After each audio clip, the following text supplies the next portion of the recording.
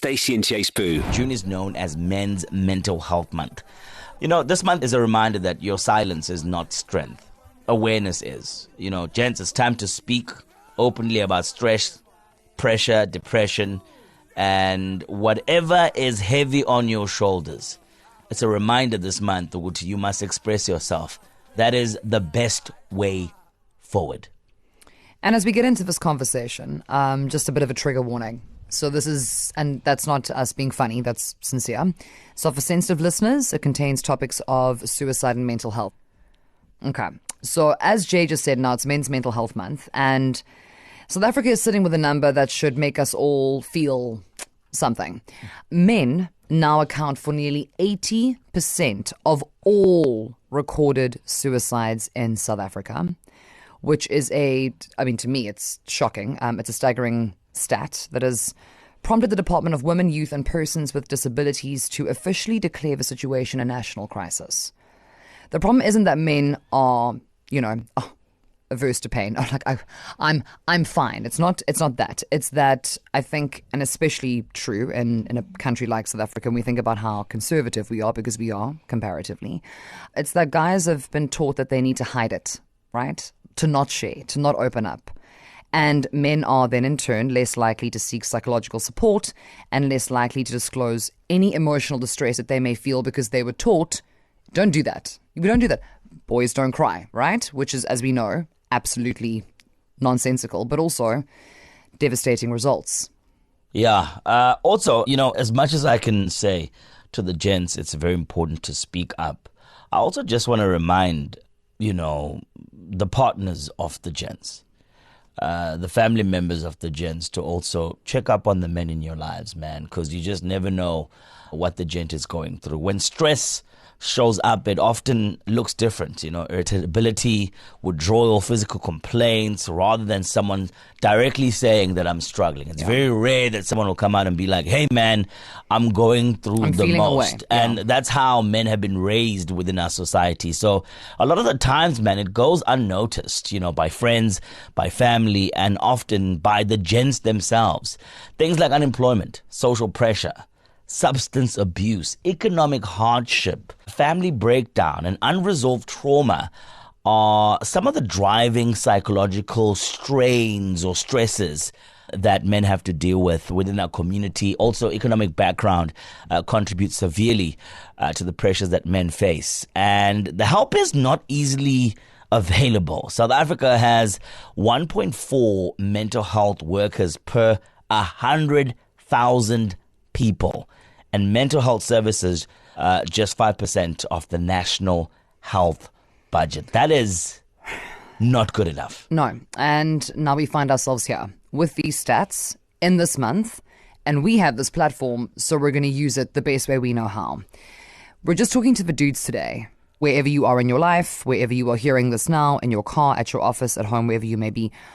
What made you finally open up about how you were really feeling? Because I'm going to hazard a guess that at some point you have told someone something, and it could literally just be that one time, right? What made you finally open up about how you were really feeling?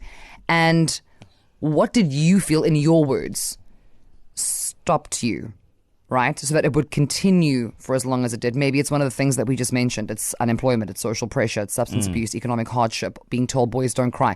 What has stopped you from opening up? And if you are a man listening now and you are going through something, and you still don't feel comfortable, you don't have to tell us, but you can tell us what's stopping you.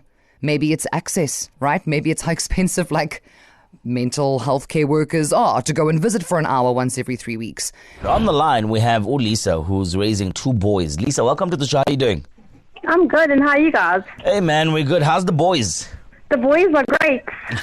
And Lisa, how old are these boys? My boys are 23 and 25. Okay, so big boys. Yes. Now, Lisa, you heard all the stats and you were moved to share your opinion. What do you make of all of this, being a mom of 2 young men? I tell them, just show your emotions. If you want to be vulnerable, be vulnerable. If someone doesn't understand, that's just their bad luck. But bottling stuff up and dealing with stuff all by yourself isn't going to get you very far enough. Tell them, you're having a bad day. Tell them, I can't cope with this today. I need to speak to someone, even my partner. If he wants to cry, let him cry. Yeah. Because men can't be these big, strong, I can do it all the time. It's impossible. Yes. Yeah. Lisa, there's something I want to wrap my head around here, and I think this is worth hearing, right? So you saying that men must speak up, men must cry. I also think that when men do that, it must be received in a way that has love and not ridicule. Because I think that's what a lot of the gents are afraid of, that, they are shed a tear, now I'm that guy, now I'm less of a man, now I'm going to be reminded in the future. Oh, do you remember that day you cried? Yeah, when I did it, you know what I mean? So it must be speaking to the right people who are emotionally available. That's when you find the best support to deal with whatever it is that's weighing you down. No, of course.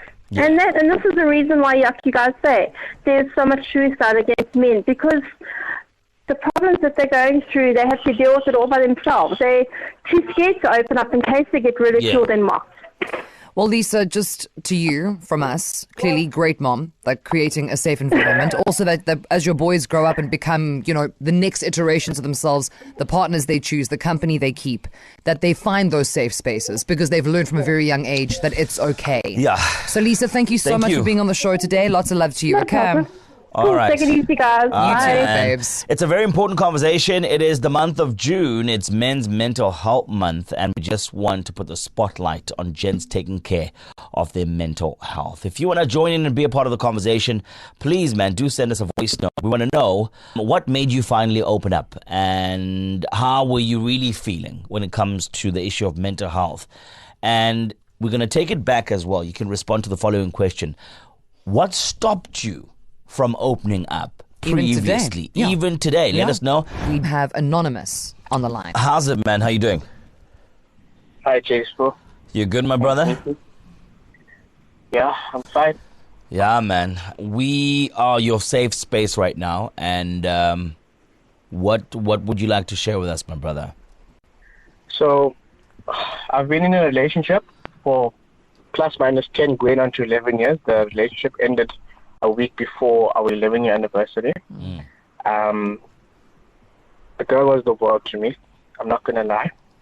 We started having a bit of problems plus minus 3-4 years ago. It was always, small arguments, small nitpicking on this and that and everything. Yeah. But when you spend your life with somebody for 10 years, let's call it 11 years, you give every single thing, heart, mind, body, and soul. Families are involved. Friends are involved.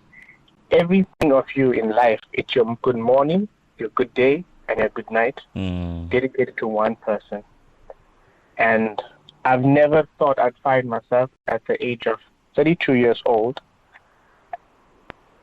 on the 30th of May at 12 o'clock walking into an office to receive counseling for a relationship that I've invested in 10 years. And I'm not saying that somebody cheated, because nobody cheated. Yeah. Okay? I can put their hands down. It's the back and forth of arguments, small fights, this, that, and all of those things. Situations that we don't have trust on and we can't get over. Yeah. We both are at fault.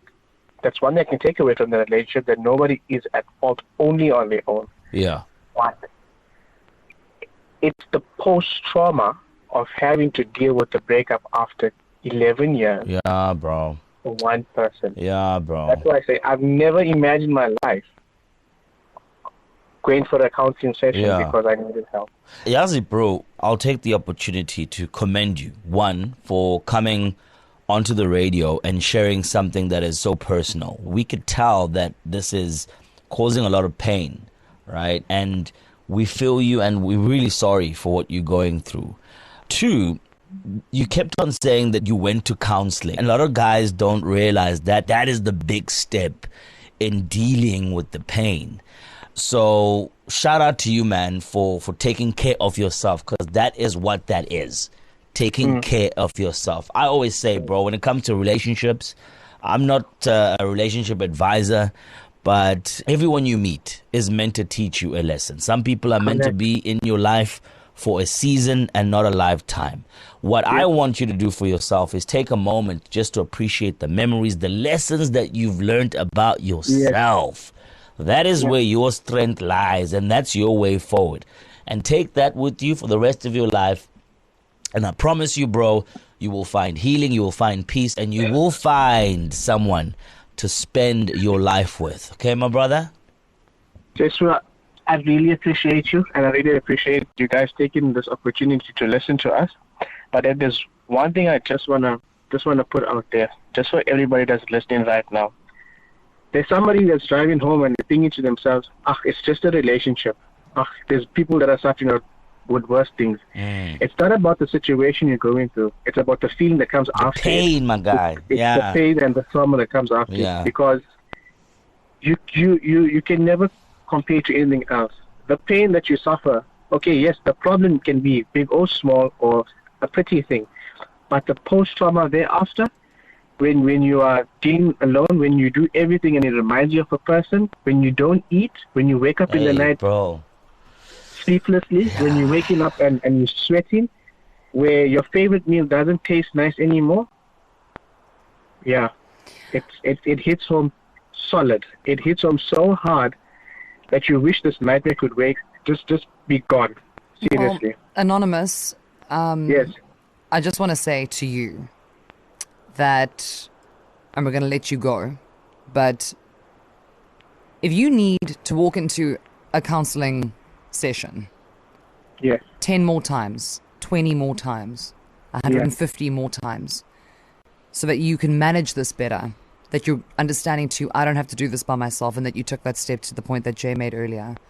You are setting in motion a chain of events in your life that you couldn't possibly, you can't right now. You're not ready to see it. But I'm telling you, you have shown such strength, bro, by asking for help and then going and actually getting it. Yeah. And whatever happens down the line, you must always keep us informed, because now we have a relationship going here. You'll be like, it's Anonymous from the other day when we had that conversation in June. And keep prioritizing yourself, your feelings. You need to be in a safe space. You need to be able to articulate how you feel and have that be met with grace, empathy, and understanding. And if that counselor's office is where you are finding that, I wish you nothing but peace. I wish you nothing but peace. All right? Shout out, man. Thank you for sharing your story, my guy. Really appreciate it, man. Thank you so much, guys. Take it easy. Take care of yourself, man. Love each other every day, guys, and just be there just to support yourselves and one another, guys. Amen. Thank you so much for taking the time. Thank you, Anonymous. The whole point of this conversation is to encourage men to speak up, because when you speak up, when you get help for things that are weighing you down, you become a better dad, you become a better colleague, you become a better friend, you become a better son. Overall, you become a better person, which is why you must take care of your mental health. Right now, we're going to turn to psychologist James Sturdee, a registered counsellor with Health Professions Council of South Africa, to give us more insight on what we are talking about right now. My name is James Sturdee. I'm a registered counsellor with the Health Professions Council of South Africa. I think we've really historically neglected men's mental health because men often feel a lot of social, cultural pressure just to persevere, to show up, to not express feelings that might be seen as weakness. And often, I think socially, we kind of identify vulnerability as weakness without recognizing the significant difference between the two. And actually, it takes a huge amount of courage to be able to show vulnerability. But culturally, those are often avenues that are unavailable to men. Awareness is such an important aspect, because I think a lot of the time in these situations, men feel very siloed. So what does emotional distress look like? Typically in males, an increase in aggression and anger. I work a lot with anger management in my practice, and in my experience, almost always anger is some type of expression of pain, because anger is a bit more of a socially acceptable emotion to express. It kind of signifies power and strength. Men are probably more likely to present their emotional discomfort through something like aggression, but also they're probably more likely to get help for it as well, especially as they start realizing they're paying a price for it in their lives, whether it's relationship-wise or whether it's, in their work or just their general well-being. They start to notice that this is coming at a cost. They're more likely to reach out for help for something like anger management. So if someone's worried about a man in their life, you might notice that they're sleeping more or sleeping less. They might be going out more. This is an area of life where often our feelings feel like there's a kind of appropriate space for them to be expressed on the road. At the end of the day, all we see is people's behavior, right? So that's all we have to go on to as clues for what they might be going through. And we can ask curious, explorative questions about these things, to say, I've noticed these things are changing. Do you want to talk about it? Or you seem to be doing this a little bit differently. Is there a reason for that? We can kind of have these conversations around it so we don't have to be left guessing necessarily. Maybe it doesn't matter so much about what the actual question is that might lock a man in your life's vulnerability. It might just be about signaling your presence, your availability, the fact that you are there in a grounded way to listen to them should they need it. Again, it's so important when we are suffering to feel like we're not going through something alone. And I think often people who are really, really in pain emotionally, they find it hard to imagine that anybody could understand what they're feeling. If you haven't gone through the specific thing that I'm feeling right now, you're not going to be able to relate. And so it helps to be able to build up someone's trust, perhaps, that they can rely on the person that they are speaking to, not necessarily to know exactly what they're going through, but to be able to connect with the emotional experience, to empathize with the emotions. I mean, that's really good stuff there. I feel like everyone needs to listen to that 17 times over. That was psychologist James Sturdee, registered counsellor with the Health Professions Council of South Africa, giving us a little bit more insight on what the effects of men's mental health, like the impact to the self, the impact to the community, how it shows up in behaviors, and more importantly, how we can aid the men in our lives so that they can have that level of vulnerability at all. Because it's great to say, hey, what's going on? And then they go, I'm cool. And then we go, and now what? Yeah. So I think that Dr. James did the things Shout out, there. man. Really powerful conversation. And you sent through your voice notes, man. Shout out to the gents and the ladies participating in this conversation. J Sbu, it's your boy Timmy here. I think as a man with this subject and, mental health, I've gone through it plenty times where I thought of, I'm done, I'm tired, this life is not for me. And I've tried, failed, and I just thought to myself, God's got other plans for me. But the thing is, the hardest thing about a man speaking up is the fact that, when you talk to someone about your problems, sooner or later, it's going to get turned around against you and used against you. So it's a bit hard for a man to speak. We've been taught, you're a man, toughen up, men don't cry. It's a bit hard for a man. I know I'm usually the chirpy one, but I really stand for men's mental health, especially on a personal level. Love you guys. We need the right to healthcare. We need to get our health care sorted out, especially our mental health care. It's so frustrating watching so many men commit suicide, and committing suicide, some cultures think it's brave. It is really not brave. The damage that it leaves behind is unnecessary. So if we can engage in dialogue that is solutions-based in order to address this national crisis. Stacey and J Sbu on East Coast Radio.